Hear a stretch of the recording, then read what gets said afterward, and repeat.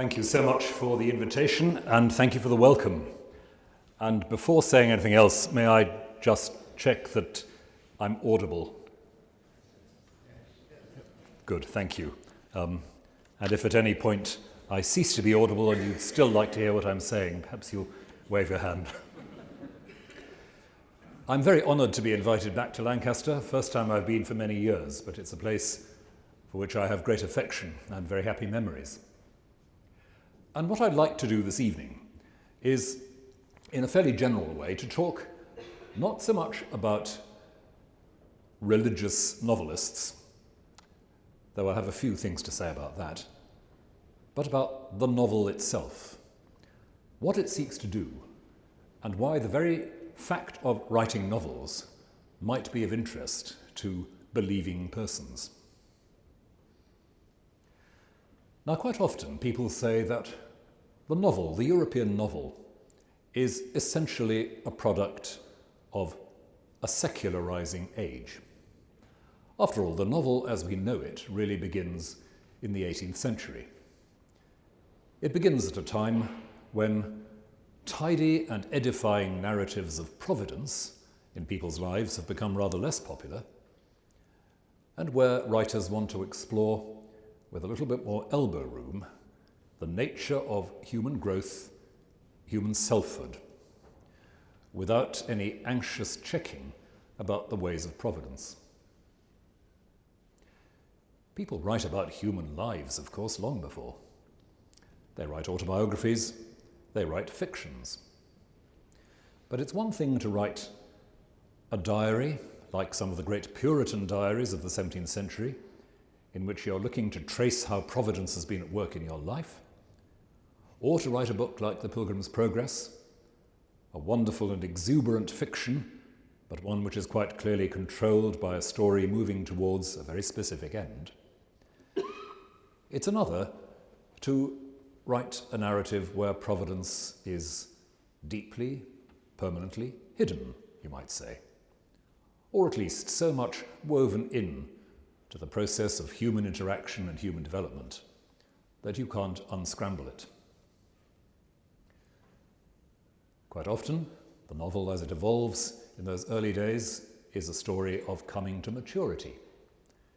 People finding themselves, finding how to speak from their unique position, finding how to make sense of their own experience and their own trajectory, rather than stories about how lives are shaped by grace in a very obvious sense. But before we take all that on board too uncritically, it's perhaps worth just scrolling back for a moment to the pages of the Bible itself, where certainly in Hebrew scripture, two of the most potent and powerful stories, familiar still to many of us, have something of a genuinely novelistic character about them. Novelistic in the sense that God doesn't feature as a character, and the contingency of events as they unfold, while leading to a God-related end, are not obviously shaped by divine action at any one moment. I'm thinking of the story of Joseph and his brothers, and the story of the rebellion of Absalom against his father, King David. Both sections of the Bible told with an extraordinary narrative energy, an abundance of vivid, what we would call realistic detail.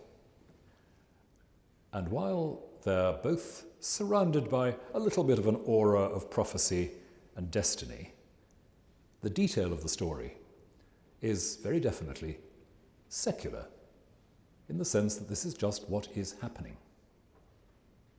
And what we're invited to see there is a process in which human events unfold, even human self-discovery unfolds, in a way that is not immediately controlled by an obvious divine agent. That's by the way. But as I said, before we accept too totally the idea that the novel is something which develops, as you might say, in parallel track to religious language, we need to look at the various ways in which, in the great age of the classical novel in the 19th century, something rather different is going on. Dostoyevsky speaks about his novels as exercises in realism, psychological realism. He was rather sensitive to the criticism that people don't actually talk and behave as they do in Dostoyevsky novels. Depends really what kind of a background you've had, but anyone with any experience of the Church of England will. But the point is that for Dostoyevsky, to write about the self-discovery, the self-articulation of a human spirit is to cope with the various ways in which the human mind and heart, the human self as it evolves, experiences itself, let's say, as interrupted at various points, as under judgment, as answerable to what it is not, as invited to pass judgment upon itself and challenged to have mercy upon itself. To trace the human spirit for Dostoyevsky is inexorably, if you're going to be realistic, to trace a human self which is never that finished, polished, secular reality evolving into maturity under its own steam. It's to look at a series of experiences and encounters, internal and external, in which disruption, violence of a kind, interruption, the tensions of judgment and mercy, all of these things are at work. Dostoyevsky famously shows us souls that are divided. It's why one of the most impressive bits of criticism on Dostoyevsky in the 20th century described his novels as polyphonic, lots of different voices at play altogether.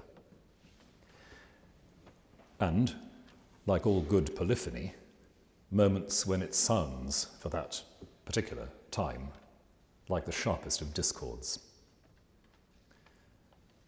Dostoyevsky writes, you might say, a coherent picture of the human world by reminding us just how divided the human voice, the human mind, and the human heart actually are. So there are strands, certainly, in that great 19th century age of novel writing, which simply because they treat the human self as something other than a finished and polished thing, because they multiply voices and perspectives, push us towards a question which could be called theological.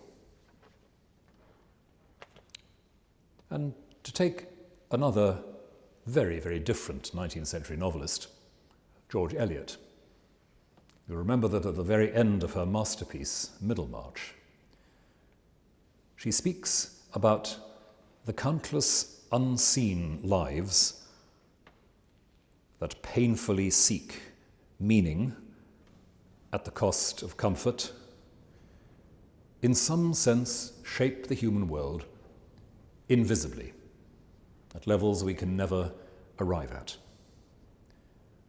Dorothea, her heroine in Middlemarch, is not someone who will make an impact on the public stage. But the difference that her costly exploration, her suffering, her error and recovery, the difference all that makes imperceptibly slips into a difference in the entire human world. And that, very typically of George Eliot, sits both firmly and very uncomfortably on the boundary line between faith and skepticism. That final affirmation of the effect of a life in search of meaning,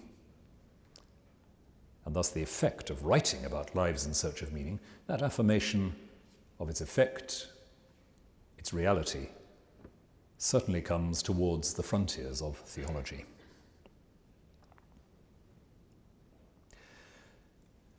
So any judgment that the novel as such must be, is intrinsically secular, in the sense that it seeks to construct a narrative in which the divine has no role, is qualified at turn after turn. Not only are some sacred stories, like the biblical text I mentioned, shot through with what we might call a novelistic sensibility, but novelistic texts themselves seem to be shot through with something that might be called a theological sensibility, even when written by people who disown any theological intent. And that, of course, prompts the question which one keeps coming back to again and again. I keep coming back to again and again. What does the word secular mean?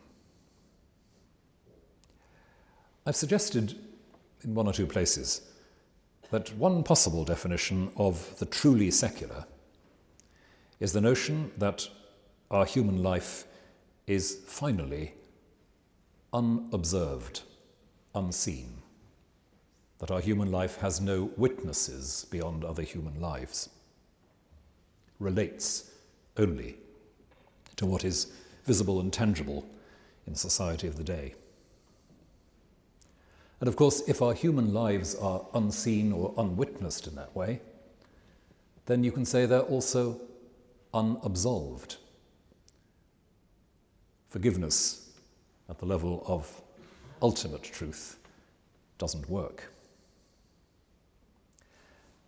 And this is where there's something about the novel itself which resists a secular reading. The novelist is engaged in creating imagined lives, imagined persons. And the sheer fact of creating an imagined life, I want to suggest, already poses the question of how human life is witnessed, how it's seen, how it's loved, how it's absolved. The novelist, in creating a life that is in some sense different from the novelist's own consciousness, the novelist moving into the territory of another point of orientation, creating a depth, a hinterland in what is not the novelist's mind, that act is something not a million miles away from what the theologian would call creative love. And I'm fascinated by the number of critics and novelists who in various ways have reflected on what it means to love your characters if you're a novelist. The late John Bailey wrote a famous book called The Characters of Love, in which he argued that the essential feature of a viable novel was that the novelist loved her or his creations. And in his other book on Tolstoy and the novel, he uses Tolstoy as a signally vivid example of what it might mean to love characters. Notoriously, War and Peace, in its last few pages, for those of you who've got that far, War and Peace fails to end. Tolstoy cannot, it seems, bring himself to leave the characters he's created, and quite literally the narrative trails off in a series of dots. We're stopping here, we might as well stop anywhere. And we might as well stop anywhere because something has been given to these products of Tolstoy's imagination that Tolstoy himself is compelled and entranced and almost trapped by. He has to tear himself away, you might say, from his creation. Just as he famously said about his other masterpiece, that he was deeply shocked when Anna Karenina decided to commit suicide. One can come at this in various ways, but there is surely something there about the novelist's engagement which is worth pondering. The novelist, in shaping a life that is not just the creator's mind. The novelist sets himself or herself up as a witness to what is made. The novelist already, you could say, enacts providence, creates a world in which there may or may not be love, absolution, and forgiveness. The novelist, in narrating the lives of characters, takes up a position which has theological implications. And I think of that also in terms of Dostoyevsky's novels, where again and again it's fascinating to see the role of characters who do not want to be seen, who evade understanding, and characters who will bring themselves into the light so that who they are and what they are may be witnessed to. Dostoyevsky's negative characters and evil characters are those who cannot bear to be seen. In Devils, which for my money is possibly an even greater novel than Brothers Karamazov, in Devils that tension returns again and again. Stavrogin, one of the central characters there, is moved to publish a confession of his sins. And they are truly appalling sins, including a nightmare episode of child abuse, which was so horrific that it was actually suppressed in Dostoyevsky's own lifetime and not published until long after his death. Stavrogin takes this draft confession to an elderly bishop and tells him what he proposes to do. And the bishop responds by asking whether Stavrogin is actually prepared to be seen, to be looked at in his fullness. Looked at not as a great repentant sinner, but as absurd or disgusting, pathetic or laughable. Is he prepared to be vulnerable in that sense, to be looked at? And Stavrogin panics and flees.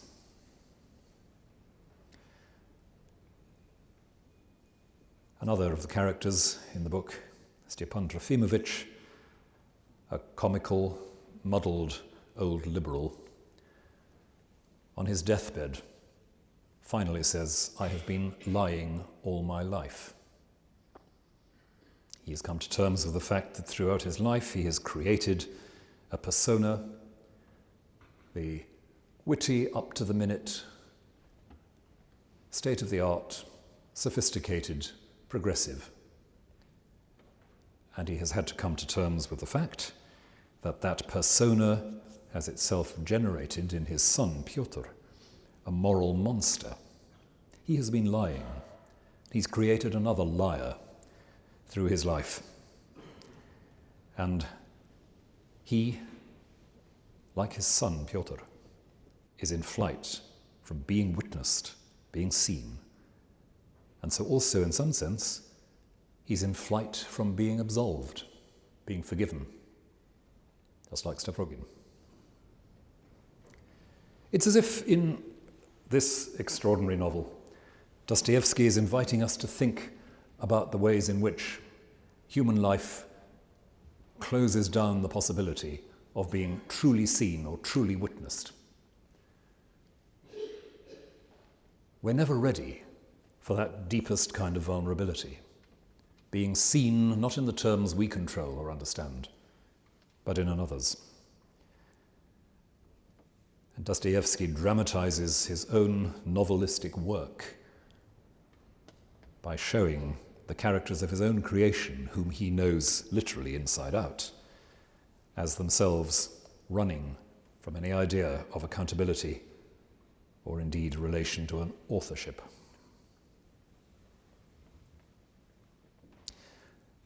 And that theme of what can and can't be seen,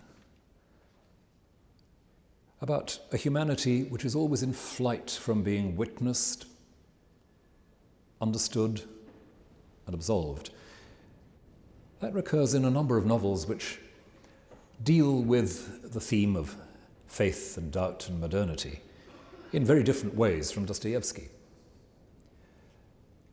And I want to say just a word here about one of the most tantalizing novelists of the last three-quarters of a century or so, and that is Iris Murdoch. Again and again in Iris Murdoch's novels, characters will say something like, "I long for a presence before whom I know that I am known. I long for a just judgment of who I am. I long for someone to see me truthfully." And yet very often it is these characters who are most energetically avoiding any such possibility. That's another story. But the language that Iris Murdoch so interestingly uses, as I say, again and again in these novels, is language about the attraction and the terror of the idea that there might be a point of view from which I am wholly seen, wholly understood, and justly seen and understood for what I am, even if that means a kind of annihilating judgment on my sin, my failure, or my dishonesty. And so in several of her novels, we see people theorizing about this notion of a magnetic focus for our moral life, a transcendent presence or standard of truth and judgment, which we somehow have to make up for ourselves even if we can't directly experience it, yet knowing that as we try to make it up for ourselves, we deceive ourselves about our own resources. Her novel, A Fairly Honourable Defeat, from around 1970, is a painfully vivid description of an amateur philosopher attempting to write a book about the good and repeatedly speaking of this yearning to be seen and judged justly, and his own absorption in that fiction is part of what leads him into a disastrous, self-deluding, and finally lethal complication of his relationships.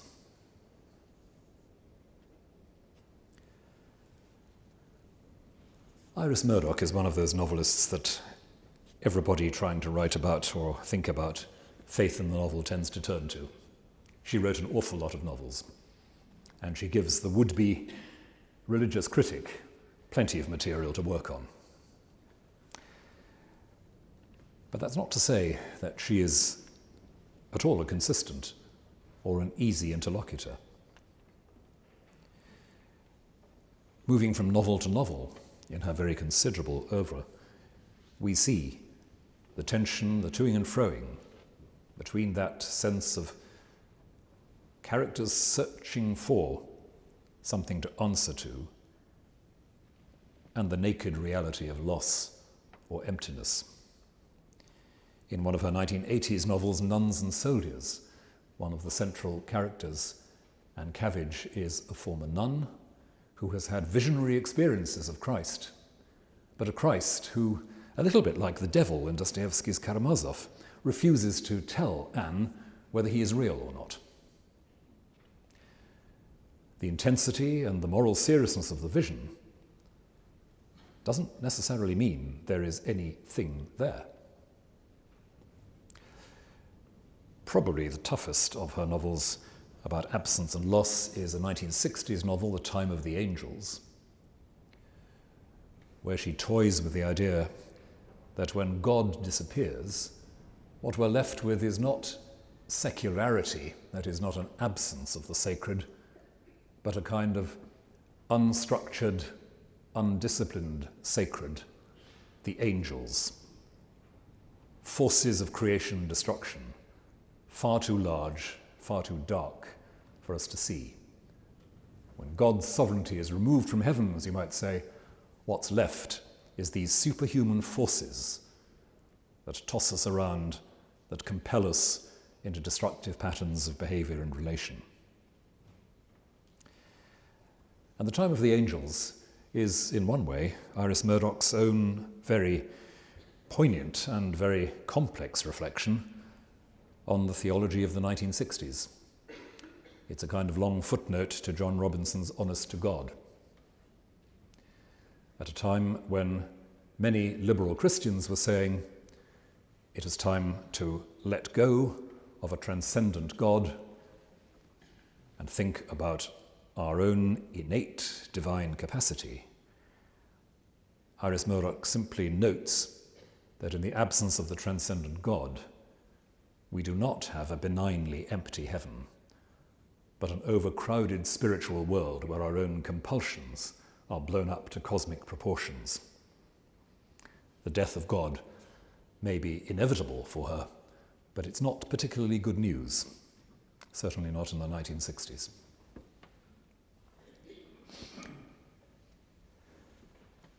So that theme of being brought up against an accountability, a source of judgment, of vision, being seen, being understood,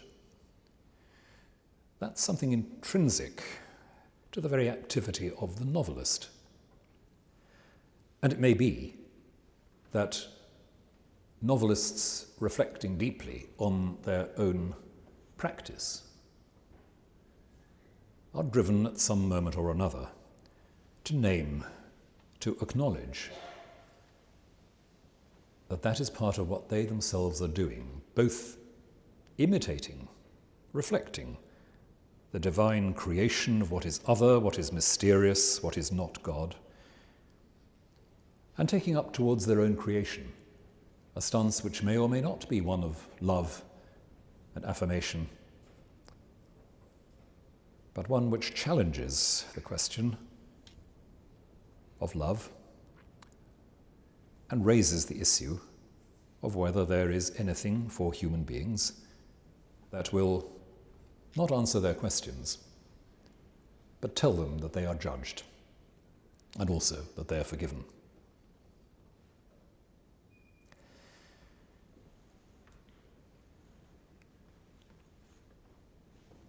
The Nobel laureate of 2018 is a Polish novelist by the name of Olga Tokarczuk. Some of you may have come across her work, but her Nobel lecture in 2018 in Stockholm interestingly picked up precisely this language of how narrative itself, storytelling itself, can be and can fail to be what she calls a tender narration. As this brilliant lecture comes to its conclusion, she notes that at the moment, in the fragmented, despairing, anti-humane context of our own day, we are more than ever in need of a particular kind of narrative voice. And it's clear that she sees her own task as a novelist as providing something of that voice. So let me read a little of her lecture. I keep wondering if these days it's possible to find the foundations of a new story that's universal, comprehensive, all-inclusive, rooted in nature, full of contexts, and at the same time understandable. Could there be a story that would go beyond the uncommunicative prison of one's own self, revealing a greater range of reality, showing the mutual connections? I dream of a new kind of narrator who is not merely a grammatical construct, but who manages to encompass the perspective of each of the characters as well as having the capacity to step beyond the horizon of each of them, who sees more and has a wider view and who is able to ignore time. Oh yes, I think this narrator's existence is possible. And she moves on to speak of biblical narrative, saying that the author of the first chapter of Genesis, who so daringly says and God saw that it was good, is making the most extraordinarily bold claim. Who is this who knows what God thought? But the narrator, for whom Olga Tokarczuk is looking, is a godlike narrator, not in the usual sense of the godlike storyteller who knows everything about everyone, but godlike in narrating in what she calls the spirit of tenderness. That's not necessarily to say that the contemporary novelist must now seek to articulate a comprehensive story all the time. On the contrary, we may need a more fragmentary kind of storytelling. We may be less likely to have enormous door-stopping novels. And her own practice again suggests that she's quite capable of doing more than one kind of story. It's the nature of the storytelling itself that interests her. And here again she is writing about the love that the storyteller might exhibit. Tenderness is the art of personifying, sharing feelings, and thus endlessly discovering similarities. Creating stories means constantly bringing things to life, giving an existence to the tiny pieces of the world represented by human experience. Tenderness personalizes everything to which it relates, making it possible to give it a voice. Tenderness is the most modest form of love. That seems to me a very contemporary reworking of what John Bailey had to say about the characters of love, about the way in which one of the constraints and demands on the novelist is to love characters.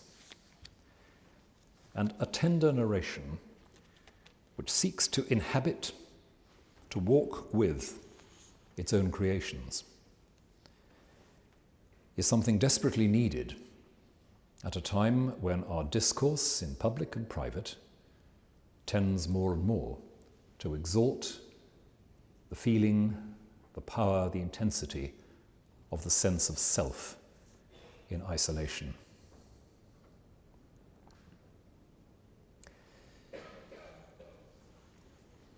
But I want now to turn, in the last part of what I aim to say, to speak a little more in particulars about a couple of novelists who have, in the last half century or so, shown in drastically different ways what this kind of narration might sound like.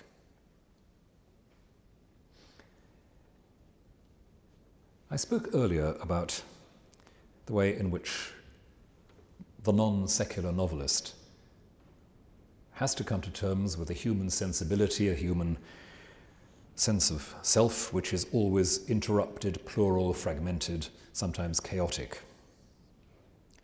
And if the novelist does God, if fiction can at times articulate grace, then any attempt at a Christian fiction, if there is such a thing, has to be one which makes a decision about how it represents interruption, discontinuity and fragmentation.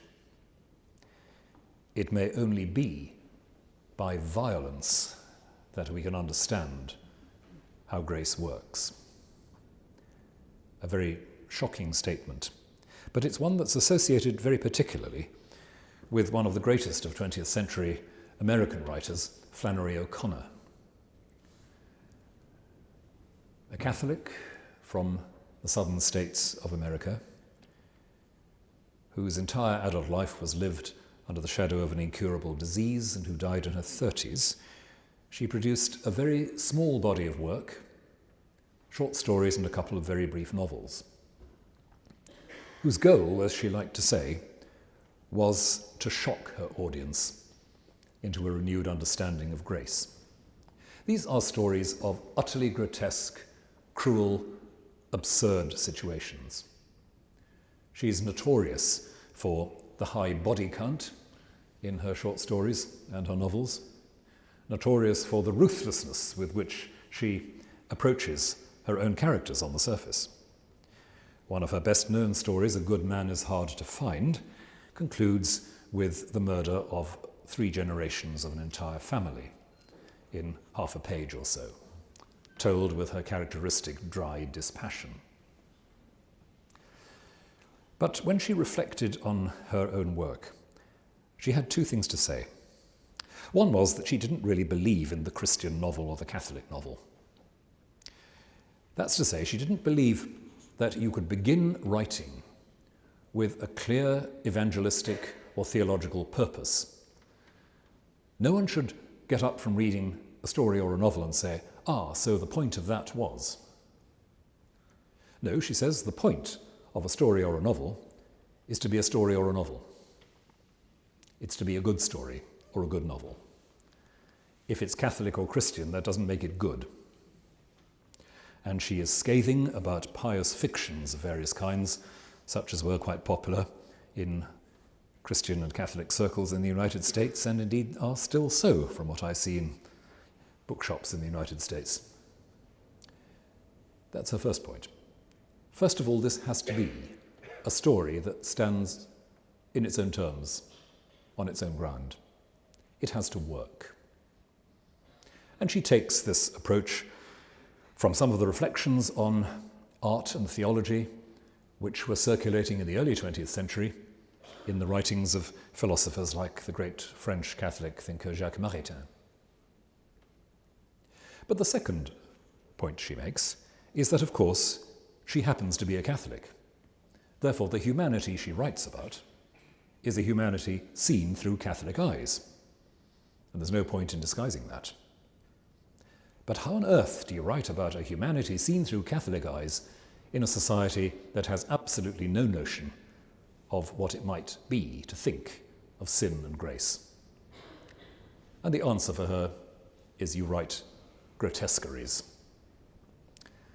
You write about dramatic interruptions. You write about religious extremism.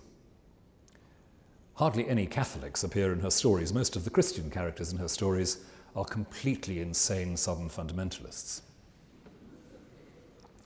And her first novel, Wise Blood, is a case in point. She wishes to jolt us into a sense of what humanity might look like if the story of humanity were not just a smooth advance of self-understanding and corporate improvement, but a story of struggle between life and death, between truth and falsehood. And so she writes stories about people shocked, lost, and killed. Her second novel, The Violent Bear It Away, culminates in a truly shocking scene where, yet again, the insane fundamentalist hero, a teenager, believing passionately that he is called to baptize another younger child, ends up drowning the younger child. Well, says Flannery O'Connor in effect, if you want people to understand what baptism might be about, maybe you should start with that. It's not a particularly appealing evangelistic strategy, you might say. But the point is that what she wants us to see is the possibility, at least, that our world might be a great deal more complex, a great deal more tragic, a great deal more fragmented than we think, and that perhaps when you draw out that fragmentation, you will at least see how the language of grace might work. You will at least see why some people might want to talk about grace in a world so broken and so chaotic. Short extract from Flannery O'Connor.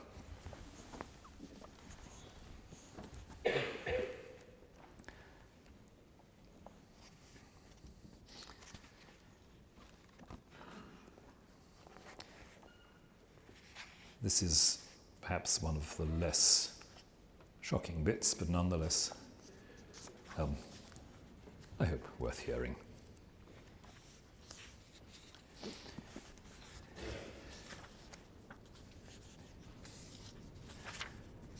The scene is, of course, the American South, the deep rural American South. The characters are, as always, uneducated, Southern Baptist, rather disturbed persons. And the central figure is one Mrs. Turpin. Mrs. Turpin has appeared through the story as a rather typical, narrow-minded, racially bigoted, middle-aged woman who has, much against her will, been persuaded to be just a little less negative about some of her neighbours, especially her non-white neighbours.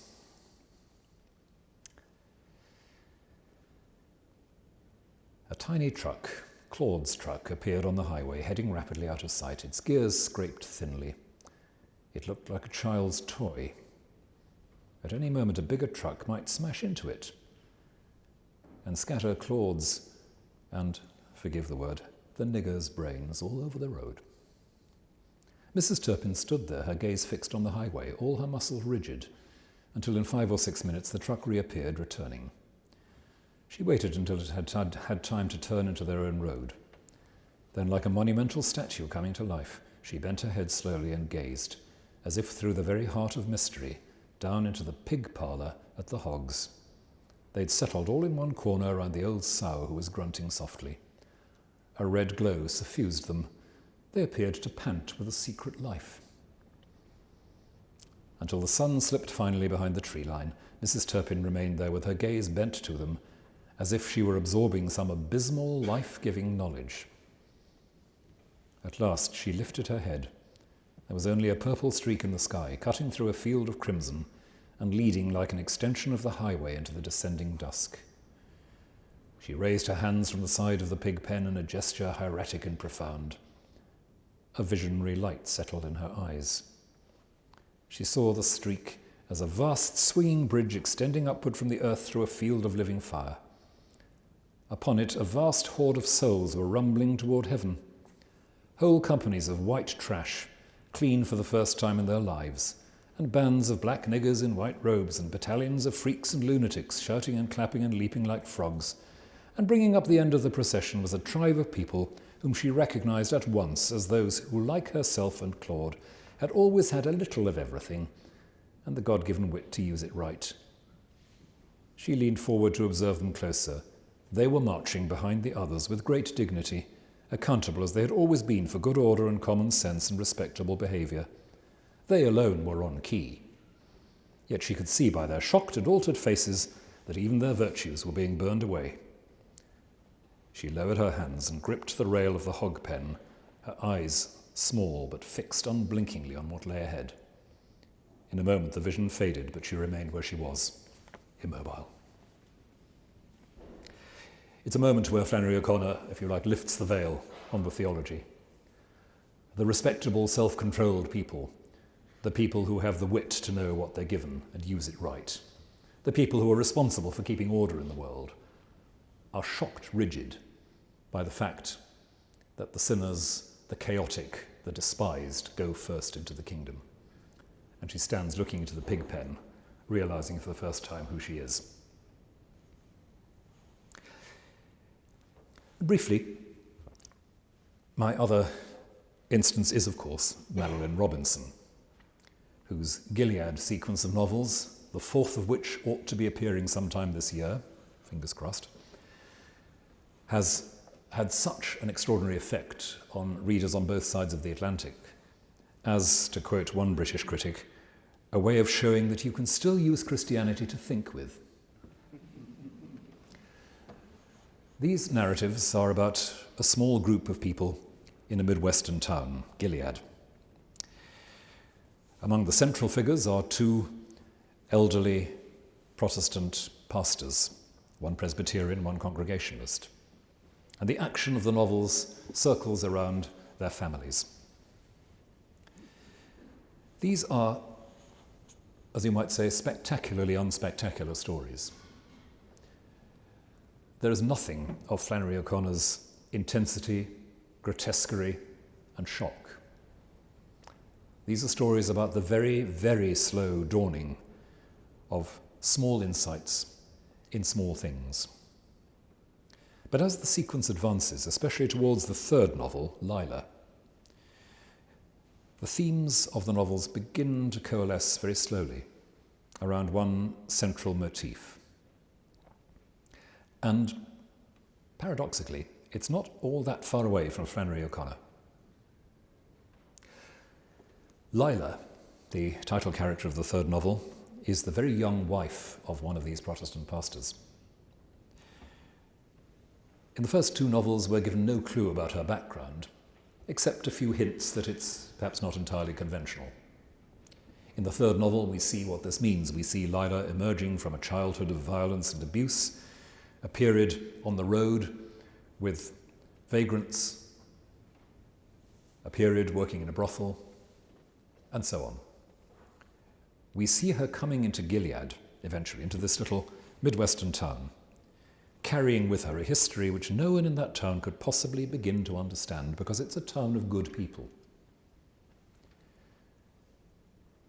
The Congregationalist minister, fascinated, captivated by her, eventually agrees to marry her. She bears his child. But the point of that third novel is that it draws together all the ways in which, in the other parts of the story, we have seen how human goodness is wonderful and inadequate. Marilyn Robinson's creations here are indeed understood and loved very deeply. They're seen from within.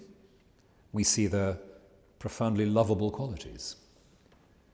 And yet, with Lila, something enters in that has to do with a radical, disruptive grace, no less alarming than that which Flannery O'Connor evokes. Lila is an outsider. Somehow she has to, as an insider in virtue of her marriage, help her husband and her community understand why outsiders too must be seen justly and loved rightly. I've had the privilege of discussing these issues with Marilyn Robinson directly in public and private. And I have to say that one of the things about which we profoundly disagree is Flannery O'Connor. I discovered to my alarm that Marilyn Robinson can't stand Flannery O'Connor. And since the two of them are among my most devoted literary heroes, I find this quite hard. Marilyn doesn't believe that Flannery O'Connor loves her characters. And I quote her.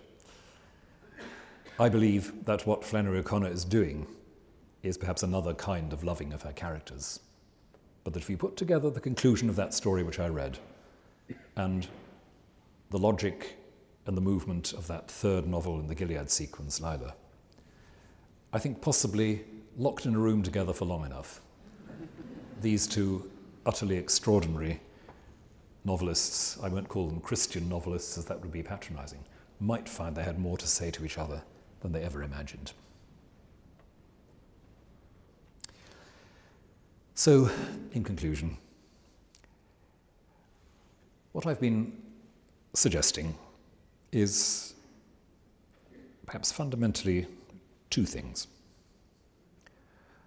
One is that it's a mistake to think of the novel as always a secular creation. The very act of creating subsidiary, independent selves, the very fact of writing out of an imaginative projection into the standpoint of another and letting a world go free is, you might say, irreducibly, unmanageably theological, like it or not. And then the novelist has to decide where grace belongs. The novelist has to decide how the characters created are to be rightly seen and justly loved, which means how they are to be written well. Because the novelist's way of doing justice is writing well. And for us reading their fictions, that's the question put back to us. What is it to see justly? We're not God. But if we believe that there is something to which, or before which, human beings are answerable, that there is a perspective from which human activity can be rightly or justly seen, as opposed to the various self-interested perspectives we bring to bear, the very act of reading a novel may be surprisingly important for our morals. That's to say, it puts back to us the question of how we see, how we love, how we judge, and whether we ourselves are willing to be seen and to be judged, or indeed, to use another kind of phrase, to be found. Neil Griffiths has written a novel called As a God Might Be, as you see, quite a substantial novel, which is about a young-ish professional man whose life is interrupted by a vision of God. Quite unexpectedly, he has no religious background. He knows he has to go and build a church, very Franciscan. Here he is speaking early in the novel to a slightly baffled parson. Do you read the Bible? Yes, I have read the Bible, but I'd trim it down a bit, then add in Shakespeare, Whitman and Dostoyevsky to give it back some heft. McCulloch laughed. It was the longest he'd spoken about these things in his life. The old man reeled a little. Faced with such a teeming mind, an adequate response was impossible. Interesting. Look, I don't want to seem like someone who's read everything and believes nothing. You're searching. McCulloch paused, drew in breath. I'm being found. Thank you.